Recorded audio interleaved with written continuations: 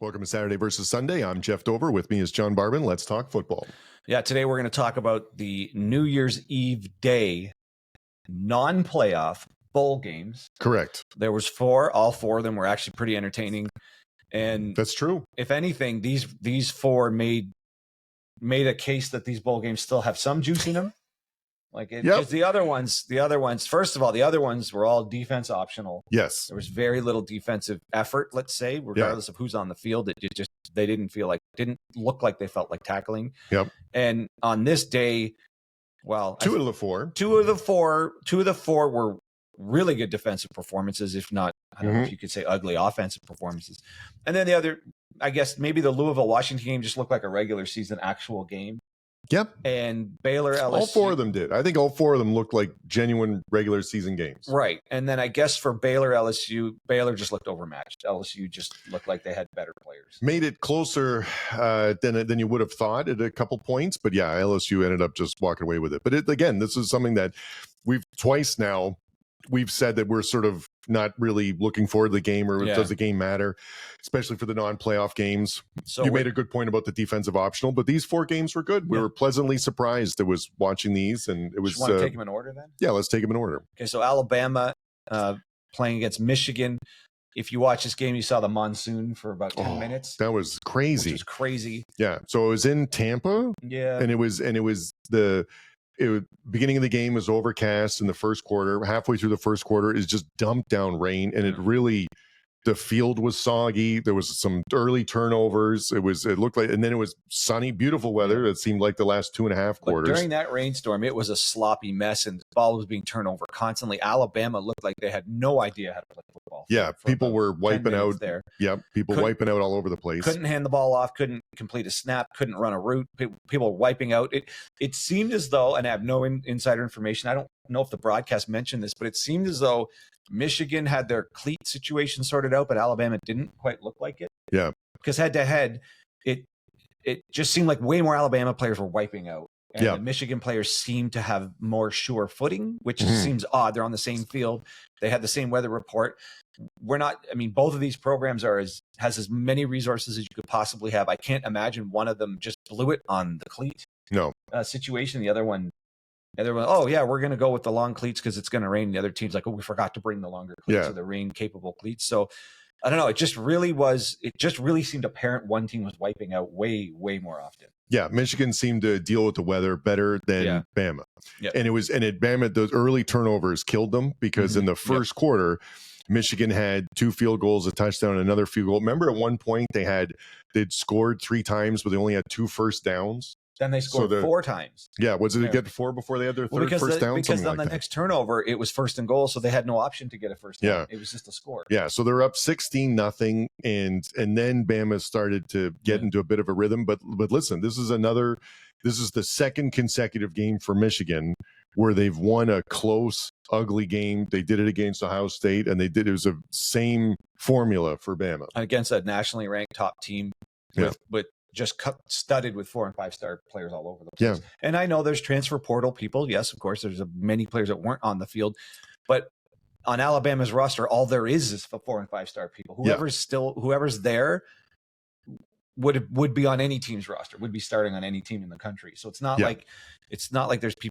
walk-ons and people who just wouldn't be on an Alabama roster. No, and it was just next year's group. Yeah, and even with and you can tell by the line too, because it opened at 11.5 and it got to 16.5 at one point, and people with like Vegas knows who's opted in, who's opted out, and so how it would affect that. But yeah, Michigan really just handled them, and it was. But yeah, it was really disappointing for Alabama that Milroe has looked unstoppable in some games, like Heisman worthy. Running, passing, really dynamic with the ball, good arm. And then there's games like this where it's just horrendous, like a really bad play. For most of that game, he looked like he looked like a freshman rookie first time he's played. And they usually don't try to make players look bad on the broadcast, but this one I noticed that several times they would show the previous play and someone running just wide open, and he Constantly. just didn't see him. And they don't normally do that, but it was really striking how much he was not seeing people. And they did mention, obviously, there's got to be scouts at these games, and that did not look well for him going into the draft. No. Missing wide open players and just holding the ball, getting sacked. Yeah. And multiple times the broadcast. It's hard to not show it. It's kind of obvious when there's an open guy and he doesn't see him. Well, and you can multiple times Bama receivers were sort of putting their hands up and they're getting frustrated. They're I'm doing my part here. I'm wide open. Can you just throw me the ball? Yeah. So it was a bad look for Milroe, that's for sure. Yeah, and especially for a game where Michigan had 190 yards total and 13 first downs, and they won. And Bama had 260 yards, but 3 turnovers, and it was just we're never really in a position to.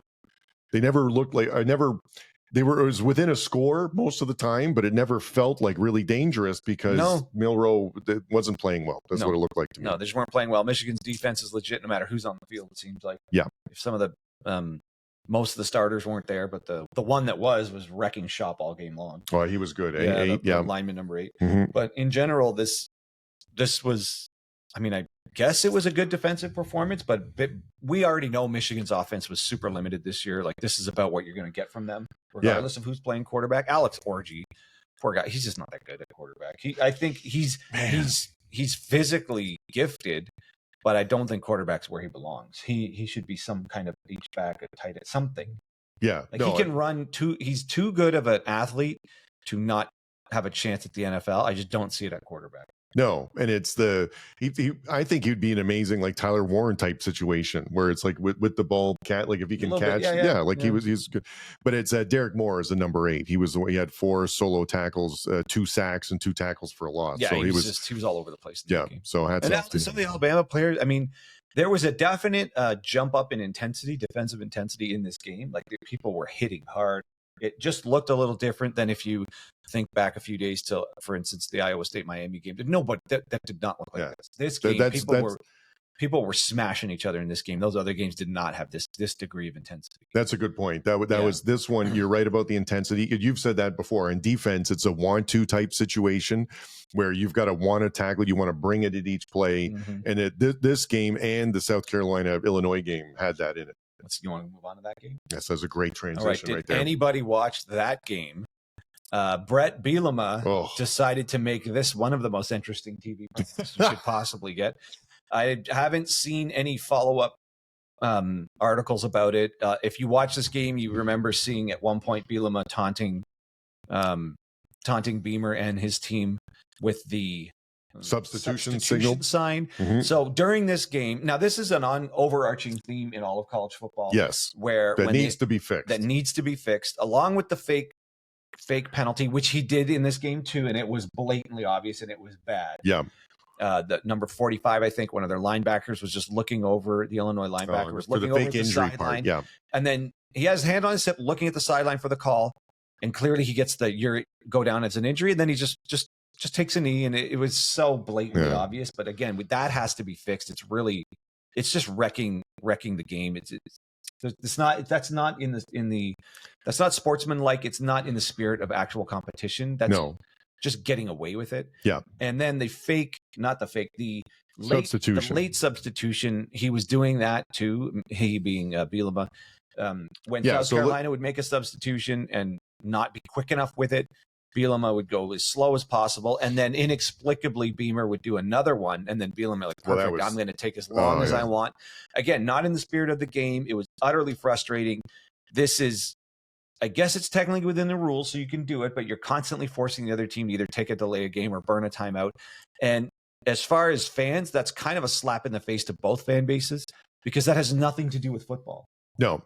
And if your team is doing it and you're proud that, you got one over on them, that's pathetic. Yeah. So just to be clear, South Carolina's on offense. They substitute personnel because they want to run like the big package or something like that. And then Illinois is given time to substitute. So they stop South Carolina from being able to snap the ball. Yeah. And you have to wait for them to substitute. And if it takes too long, then it forces South Carolina to have to take a timeout. Yeah. And that's brutal because that happened twice and a half.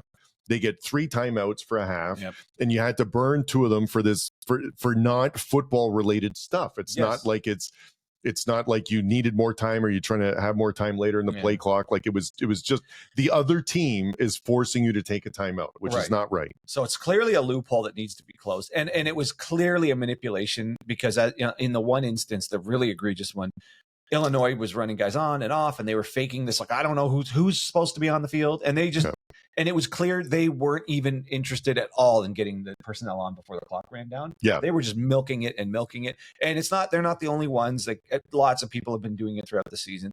So this just deteriorates into that has nothing to do with football. No. And it was a really well contested game. Yep. Hats off to Illinois. They looked really good. They were coached well.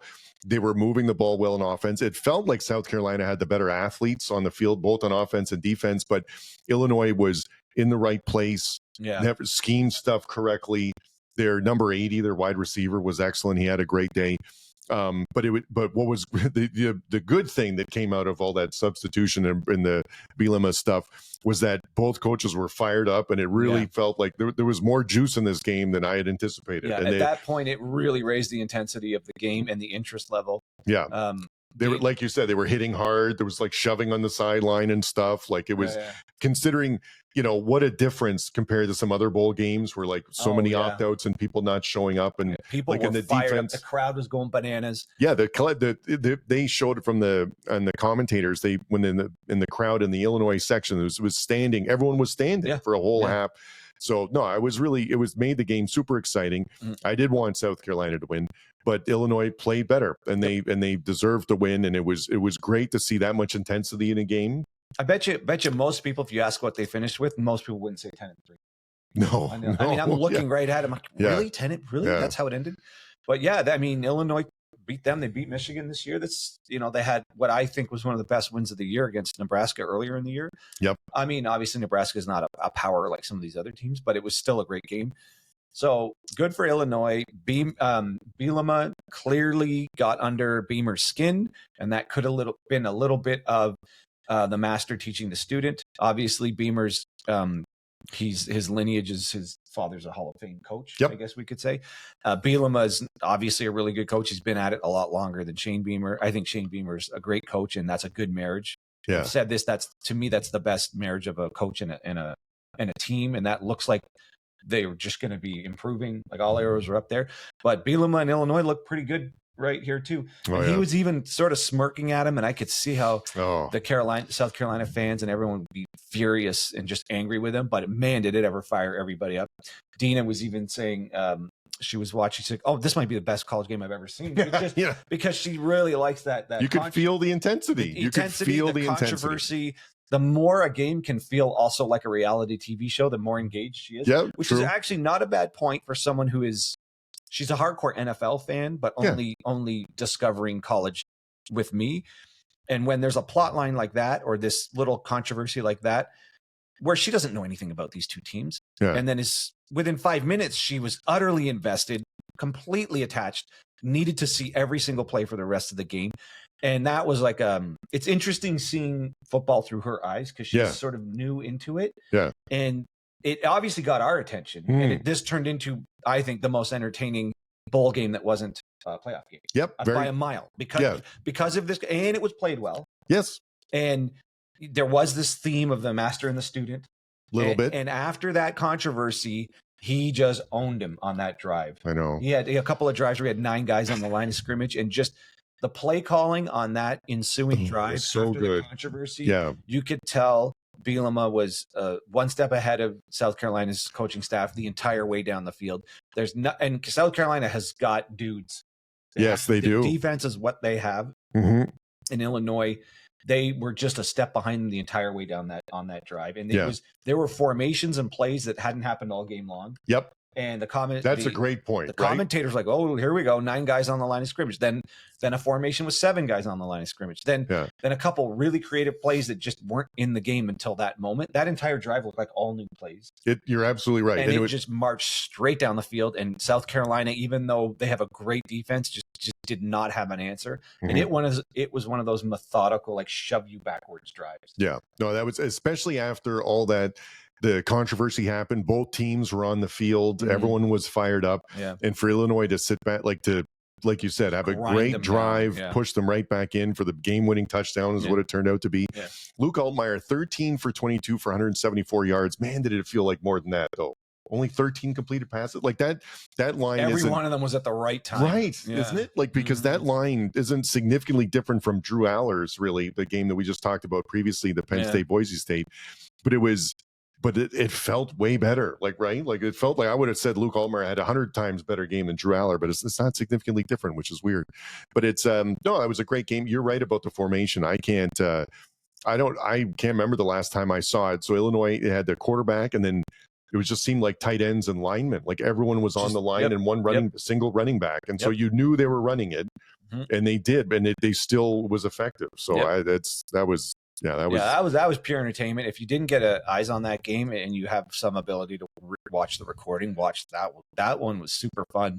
And it was really a departure from all the other bowl games. I could never be a coach, because if that happened and someone was making fun of me, I'd be so pissed off, and I'd throw the entire game plan out the window, and I'd be like, we're gonna Hail Mary, blitz every right? single Yes, blitz every time, Hail Mary every time, like fake punts. If that was Bielema's plan, it would get us every time. I would have no ability to keep my composure after that. I mean, and Beamer was. I think he did kind of get him.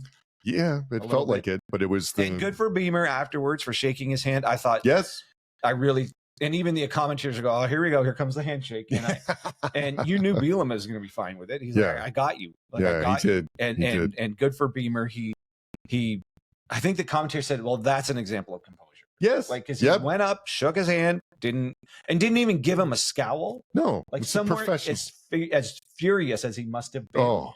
Somewhere in there, my guess is he's like, he got me. Like, he knew he got Beamer. Him. Like Beamer. That's Shane Beamer had to have known that he was got today. He got me today by a coach who used almost everything possible. That's a good point. Including the substitution thing, which is technically not against the rules, and including the fake injury thing, which is not against the rules. And until that gets cleaned up, Beamer got him. Yeah. Or Bielema got him. Yeah. No, that was a really good game. Good intensity. Yeah. Wanted South Carolina win, but it was, really well played. Great game. Take that game every time. That thing was fun. So we had our last two. This is where more into the Barbin defense optional games. Yeah. So we got Louisville 35, Washington 34, and LSU 44, Baylor 31. So if you had the over in this one, you felt pretty good. Yeah. Louisville, Washington was pretty fun. That was back and forth.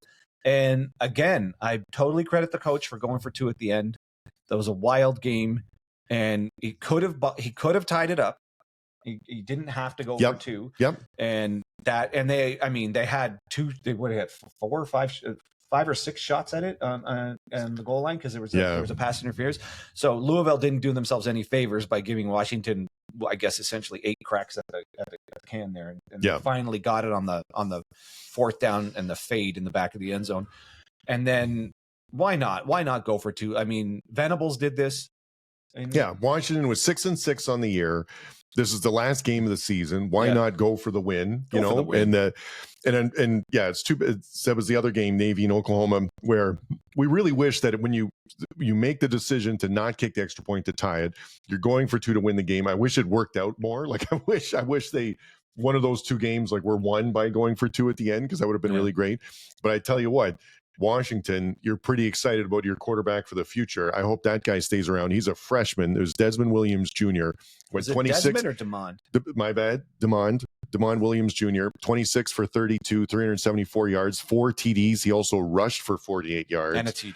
Yeah. So that is a true freshman. That kid's going to be good. So if you're a Washington fan, you got to be happy. Hope he stays around. You got to say that now at this day and age. Isn't that upsetting? He puts a performance like this in, and I bet you a lot of teams who, for some other reason, a quarterback gets injured, a quarterback leaves, might be looking at him saying, well, how much will it take to get him away from Washington?